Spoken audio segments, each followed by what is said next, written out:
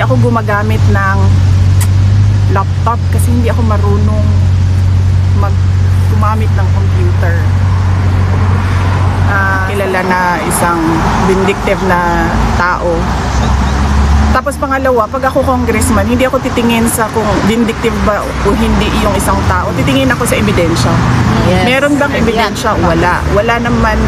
Nung final yung complaints, walang ebidensya at all.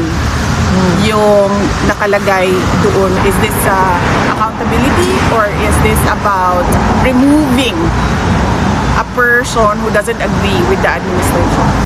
The vice president also responded to claims lawmakers who will vote for impeachment will receive additional budget allocations.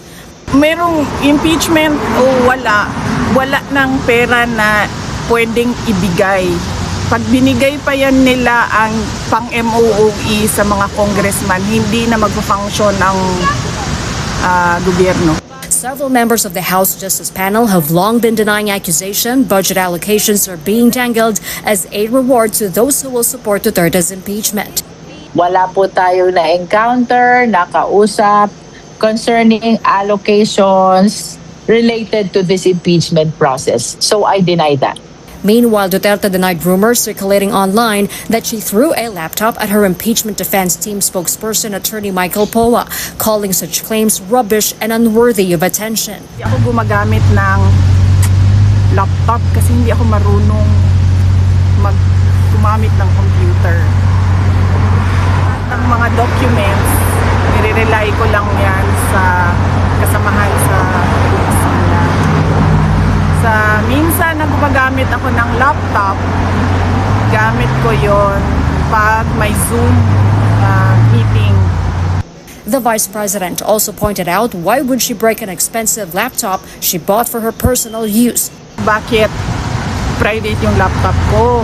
Hindi ma-afford na gobyerno yung gusto ko na laptop. Pag nasira yon, ako din yung gagastos sa bibili ng... For Duterte, all the baseless rumors are being spread by her unnamed enemies. Para guluhin ang kwento at paboran yung naratiba na gusto nilang ipalabas. Parang ano ba ang gusto nilang ipalabas na naratiba? Baliw ako?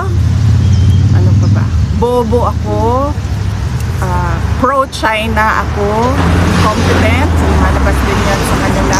Dati nagsasabi sila brat ako pero ewan ko tumitigil na sila ngayon. Ayun pala, corrupt, magnanakaw.